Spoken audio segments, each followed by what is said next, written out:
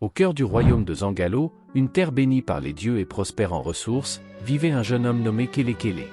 Il était fils de forgeron, mais son destin allait le mener bien plus loin que l'atelier de son père. Contrairement aux autres jeunes de son âge, Kelekele passait ses journées à explorer les contes et légendes du village.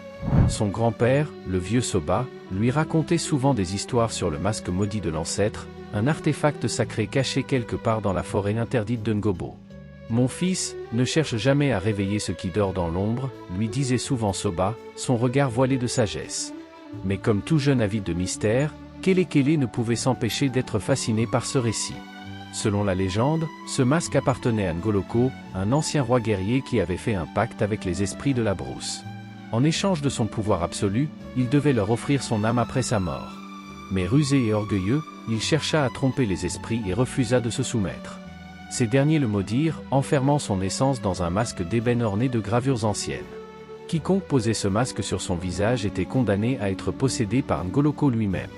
Une nuit de pleine lune, alors que le village dormait paisiblement, Kelekele fut réveillé par un murmure. Le vent semblait porter des voix venues d'ailleurs. Intrigué, il suivit le son qui l'entraîna vers la hutte de son grand-père. En entrant, il vit Soba en transe, marmonnant des paroles incompréhensibles.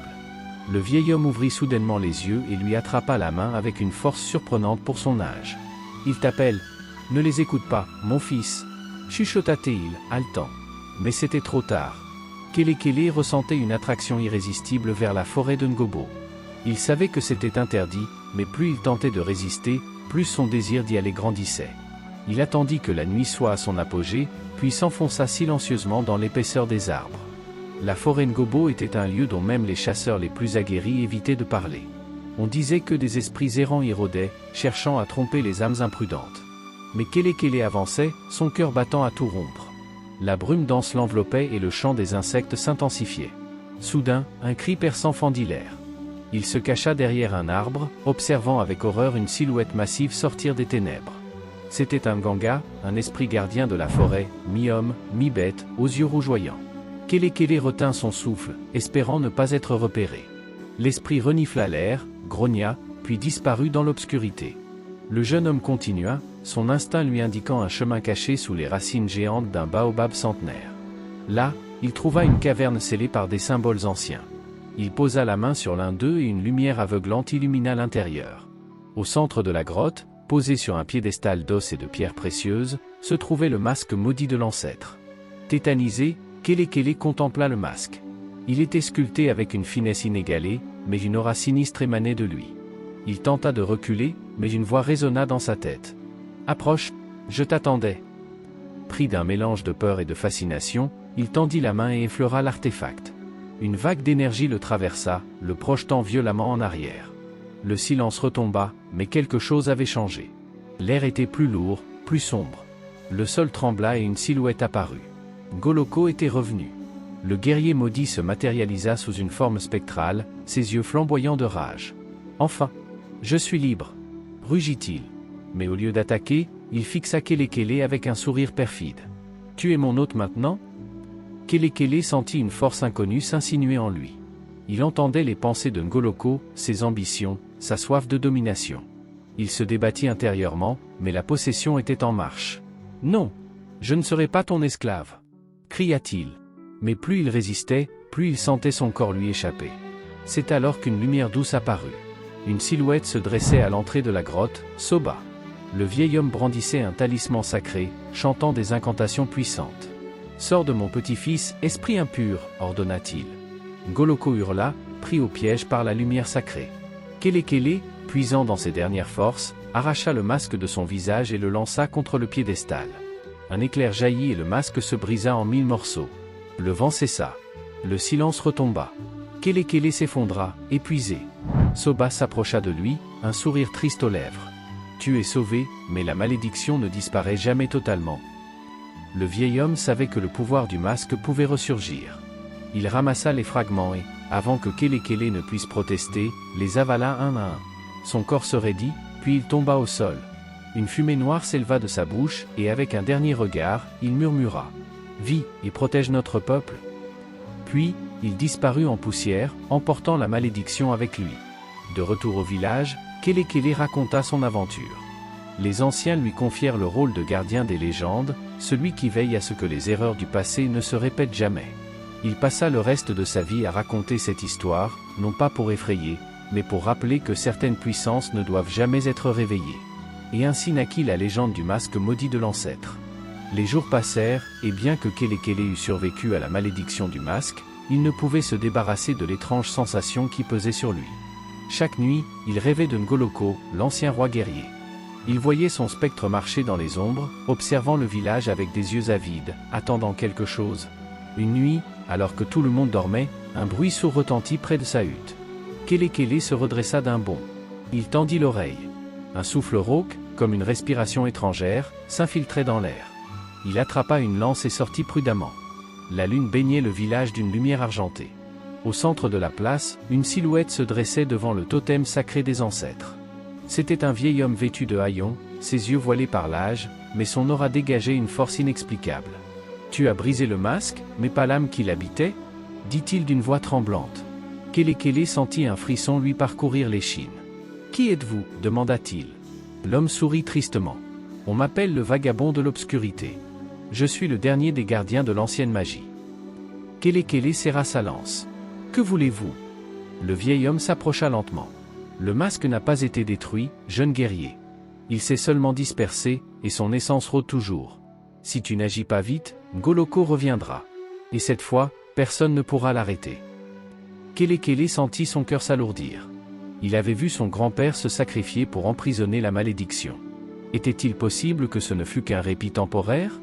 Le vagabond lui tendit un petit sac en cuir. « Voici la poussière des anciens. Elle seule peut purifier les fragments du masque et les sceller à jamais. Mais attention, une fois le rituel entamé, tu devras affronter ce que l'ombre cache en toi. » Kelekele prit le sac avec une grimace déterminée. Il savait ce qu'il avait à faire. Il devait retrouver les fragments, avant qu'il ne soit trop tard. Kelekele ne tarda pas à se mettre en route. Il savait que les morceaux du masque s'étaient dispersés aux 4 coins de la région. Il devait se rendre à 3 endroits précis. Les grottes du serpent dormant, un labyrinthe de tunnels souterrains où l'un des fragments aurait été emporté par un courant souterrain. Le village des exilés, un lieu perdu dans les collines où l'on murmurait que des esprits errants possédaient les objets maudits. Le lac de verre, une étendue d'eau mystique où le reflet des étoiles se mélangeait aux âmes du passé. Il se mit en route à l'aube, accompagné de Nyoka, une jeune chasseuse agile qui connaissait les sentiers de la forêt mieux que quiconque. Ensemble, ils pénétrèrent dans les grottes du serpent dormant. L'humidité était étouffante. Des stalactites coulaient de la roche sombre comme des crocs suspendus au plafond. Chaque bruit résonnait, donnant l'impression que des créatures invisibles les épiaient. Après 1 heure de progression, Nyoka s'arrêta net. « Regarde » chuchota-t-elle. Devant eux, posé sur un autel de pierre, brillait un fragment du masque. Mais à peine Kelekele fit-il un pas en avant que le sol trembla violemment. Un sifflement strident emplit l'air. Un serpent géant, aux écailles de bronze et aux yeux rouge sang, surgit des ténèbres. Il ouvrit la gueule, révélant des crocs luisants de venin. « Il protège le fragment » murmura Nyoka. Kelekele serra les poings. « Alors il va falloir lui montrer que nous sommes plus rapides que lui. » Dans un éclair, il se jeta sur le côté pendant que Nyoka décochait une flèche en plein dans l'œil du serpent. La bête hurla, fouettant l'air de sa queue, mais Kelekele en profita pour plonger vers l'autel et saisir le fragment. À l'instant où ses doigts touchèrent l'objet, une douleur fulgurante le traversa. Une vision lui apparut, Ngoloko, debout, le regard braqué sur lui, riant de sa faiblesse. « Tu ne pourras pas tous les rassembler? Et même si tu le fais, tu ne pourras pas me détruire. » Kelekele rouvrit les yeux, haletant. Il serra le fragment et le rangea dans son sac. Il n'avait pas le choix. Il devait continuer. Après avoir fui les grottes, Kelekele et Nyoka marchèrent 3 jours et 3 nuits jusqu'au village des exilés. Ce lieu était habité par des hommes et des femmes bannis de leur clan pour avoir osé défier les traditions. On disait que certains avaient fait des pactes avec les esprits, tandis que d'autres étaient maudits à jamais. À leur arrivée, une femme à la peau aussi sombre que la nuit s'approcha. « Que venez-vous chercher ici, étranger » demanda-t-elle d'un ton tranchant. Kelekele lui montra le fragment qu'il avait trouvé. « Il me faut l'autre partie. Je sais qu'elle est ici. » La femme sourit étrangement. « Oui, il est ici. Mais il ne vous appartient pas.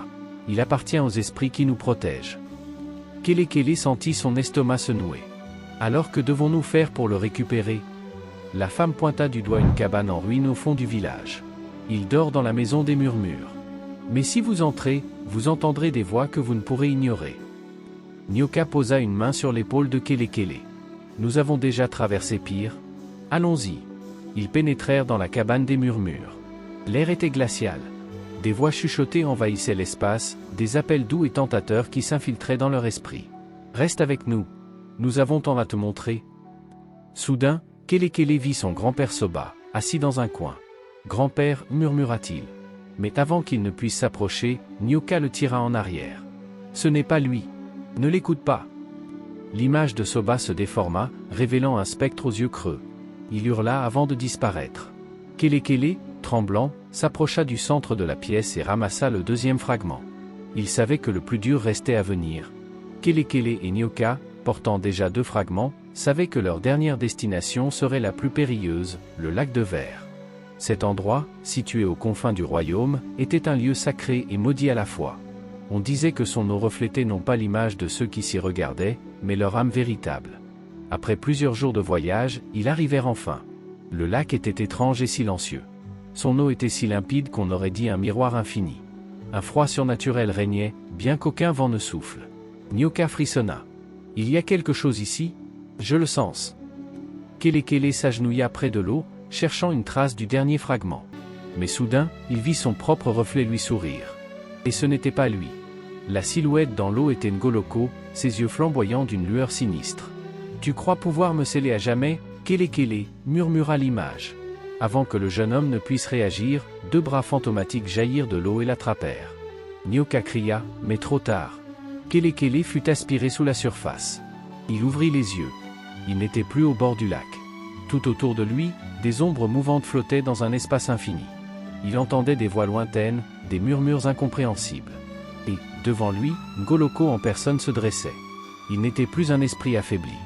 Il portait une armure noire comme la nuit, et son corps semblait fait de flammes sombres. « Bienvenue chez moi, Kelekele. » Le jeune homme serra les poings. « Je ne te laisserai pas revenir dans notre monde. » Ngoloko rit. « Mais c'est toi qui es venu à moi, et maintenant, tu ne peux plus fuir. » D'un geste, il fit apparaître le dernier fragment du masque devant Kelekele. « Prends-le, et je te laisserai partir. » Kelekele hésita. C'était un piège. Mais il devait récupérer ce fragment. Il tendit la main. À l'instant où ses doigts effleurèrent le morceau d'ébène, une décharge foudroyante lui parcourut le corps. Il vit des visions du passé, Ngoloko en guerre, trahissant son peuple, appelant les esprits pour obtenir leur pouvoir. Puis il vit l'avenir, un royaume en ruine, ravagé par les flammes, sous le joug d'un monstre portant le masque reconstitué. Il ne pouvait pas laisser cela arriver. Avec un cri de rage, il arracha le fragment et le serra contre son cœur. La douleur était insoutenable, mais il ne lâcha pas prise. La lumière explosa autour de lui. Nyoka, au bord du lac, vit soudain l'eau bouillonner violemment. Puis, une explosion de lumière illumina la surface, et Kelekele fut projeté hors du lac, le dernier fragment à la main. Il tomba à genoux, haletant, tandis que l'eau retrouvait son calme. Nyoka accourut vers lui. « Kelekele, tu vas bien ?» Il releva la tête, son regard brûlant d'une détermination nouvelle. « Nous avons tout ce qu'il faut. Il est temps de sceller cette malédiction, une bonne fois pour toutes. » Le duo retourna au village avec les 3 fragments. Le vagabond de l'obscurité les attendait déjà. Il traça un grand cercle mystique au sol avec des symboles anciens. Pose les fragments au centre. Kelekele s'exécuta. Le vieux sage commença alors un chant rituel. Les symboles s'illuminèrent d'une lumière dorée, et les fragments se mirent à vibrer. Mais au même instant, un vent noir et glacial envahit le village. Un cri spectral et terrible déchira la nuit. Ngoloko tentait de résister. Une ombre gigantesque s'éleva du sol, tourbillonnant autour du cercle, essayant de briser le sceau. Kelekele, pris d'un instinct ancestral, leva la main et récita les paroles que Soba lui avait enseignées. « Par le sang de mes ancêtres, je t'ordonne de retourner dans l'oubli. » Ngoloko hurla de rage, son spectre aspiré dans les fragments qui fusionnèrent en un seul masque, avant de se désintégrer dans un éclair de lumière aveuglante. Le silence retomba. Le vent cessa. La malédiction était enfin brisée. Le lendemain, le village célébra la victoire. Les anciens nommèrent Kelekele, gardien du savoir, le protecteur des secrets et des traditions. Il promit que plus jamais un tel mal ne reviendrait troubler leur monde. Et ainsi, la légende du masque maudit de l'ancêtre devint un avertissement, un rappel que certaines puissances ne doivent jamais être réveillées. Et que parfois, le plus grand combat n'est pas contre un ennemi extérieur, mais contre nos propres ombres.